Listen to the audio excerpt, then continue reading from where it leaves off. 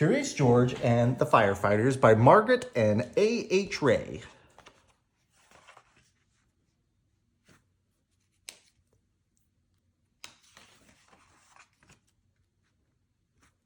This is George. He was a good little monkey and always very curious. Today, George and his friend, the man with the yellow hat, joined Mrs. Gray and her class on their field trip to the fire station. The fire chief was waiting for them right next to a big red fire truck. "Welcome," he said, and he led everyone upstairs to begin their tour. There was a kitchen with a big table, and there was snacks for everyone. The fire chief told them all about being a firefighter. George tried hard to pay attention, but there were so many things for a little monkey to explore, like that shiny silver pole in the corner. Where did that pole go? George was curious. Why, it went back downstairs. There was the great big fire truck.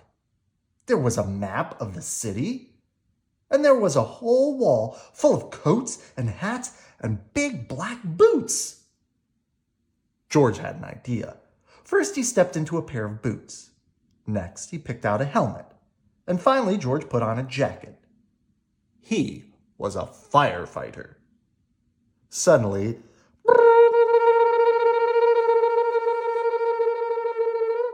the firefighters all rushed in. "Well, this is not my helmet," said one. "My boots are too big," said another. "Hurry, hurry," called the fire chief. A bright red light on the map of the city told him just where the fire was. There was no time to waste. One by one, the firefighters jumped on into the fire truck, and so did George. The fire truck was with all the firefighters sped out of the firehouse, and so did George. The sirens screamed and the lights flashed. The truck turned right, then it turned left.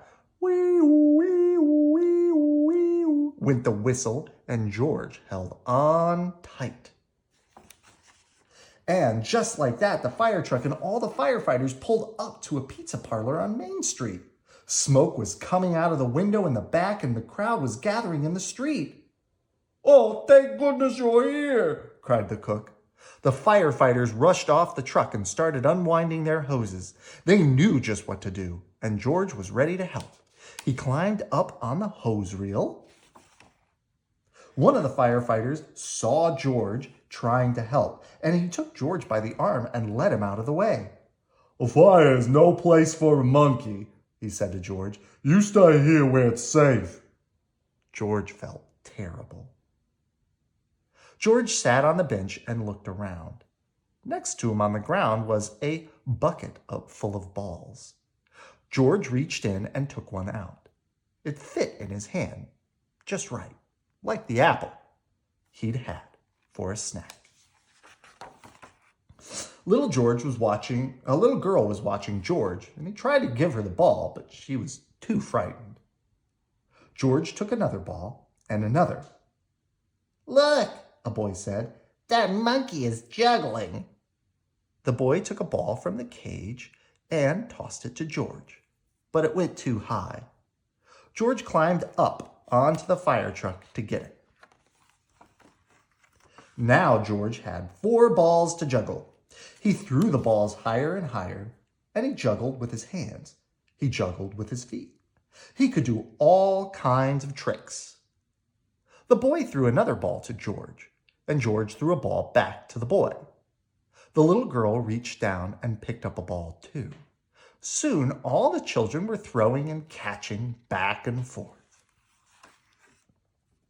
The fire chief came to tell everyone that the fire was out, and just then the little girl laughed and said, "Look, Mommy, a fire monkey." "Hey," called the fire chief, "what are you doing up there?" "What a wonderful idea," the little girl's mother said to the fire chief, "bringing this brave little monkey to help children when they're frightened." The fire chief said, "Well, thank you." Before long, the fire truck was back at the firehouse where a familiar voice called, "George!" It was the man with the yellow hat. "This little monkey had quite an adventure," said one of the firefighters. Is everyone all right?" asked Mrs. Gray. "Yes, it was just a small fire," said the fire chief, "and George was a big help." Now the field trip was coming to an end, but there was one more treat in store. All the children got to take a ride around the neighborhood on the shiny red fire truck, and they each got their very own fire helmet. Even George.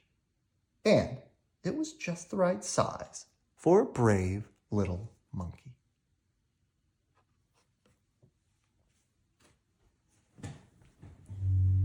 Good night. I love you.